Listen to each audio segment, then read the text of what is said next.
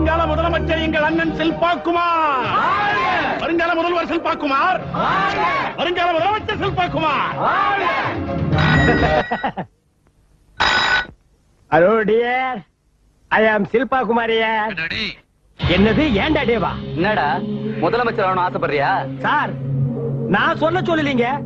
கூட்டத்துல எவனோ வருங்கால முதல்வர் சில்பா குமார் வாழ்கான்னு சொல்லிட்டு ஓடி போயிட்டாங்க. நீயே காசு கொடுத்து சொல்ல வச்சியாம? அப்படி எல்லாம் சொல்ல சொல்லீங்க. மந்திரி ஆகலாம்ங்கிற ஆசை எனக்கு இல்லீங்க.